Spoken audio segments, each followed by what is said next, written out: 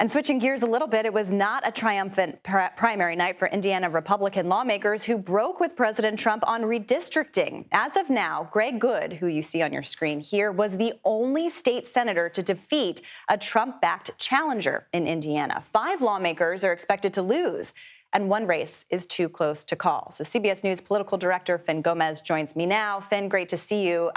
Let's talk about what happened last night. This all started over a battle over redistricting, and this seemed to be the Trump team trying to flex their muscles here, and politically it seems like they were effective. Very effective. It was a big night for Donald Trump and his allies. But it comes down to this, though, Caitlin.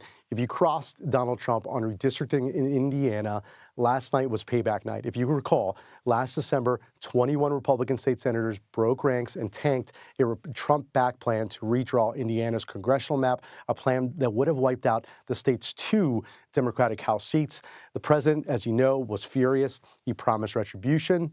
And last night, he delivered. At least 5 of those 7 Republican incumbents targeted by Trump got beat by his handpicked challengers. One race is still really close, extremely close, just a handful of votes, in which could go to a recount. But the price tag on all of this, CHP, roughly $13.5 million, according to Ad Impact. That's just an unheard of amount of money for state legislative races. Most of it was spent branding these incumbents as rhinos, as disloyal to MAGA. But look, the takeaway here, Trump's national numbers are sagging nationally because of gas prices, the economy, the Iran war. Voters broadly are cooling on him.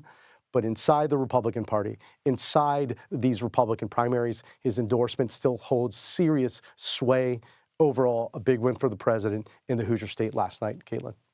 Yeah, Fin, I think this is such a fascinating dynamic, and you lay it out so well there that what happens in primaries may not necessarily translate in the general election. And of course, we're waiting to see if he endorses in that Texas Senate primary. That runoff is coming up soon. We've already seen this in the Louisiana primary. Yeah. So very, very key to watch there to see how this translates. I want to switch gears a little bit because there was also a big election in Michigan in their state Senate, District 35. I know that's kind of in the weeds here, but we know that Democrats performed and kept their majority there. Tell us a little bit about that race and what it could mean. Sure, and you're dead on, Caitlin. I mean, but this win last night for Democrats, it was a real shot in the arm for Democrats in Michigan. Chedrick Green, he's a fire captain, a retired Marine. He pulled in about 60% of the vote and beat the Republican in the race and locked down the Democratic majority in the Michigan State Senate. But this real story here is that it's in Michigan. This is the kind of blue-collar district Trump has been peeling away cycle after cycle from Democrats. Kamala Harris, if you recall, won it by less than a point in 2024. Green, however, won by nearly 20. And his pitch was simple. It focused on affordability. We saw that a lot with Democrats who overperformed in 2025 in some of these special election races as well this year. Republicans say Democrats outspent them and flew in political heavy hitters like Pete Buttigieg. That's fair. But this, as you said, is the latest in a string of Democratic overperformances, and it happened in one of the most crucial of battleground states ahead of the midterms in November. Caitlin. Yeah, we're going to be watching that state very closely in November, reading all the tea leaves from special elections and primaries.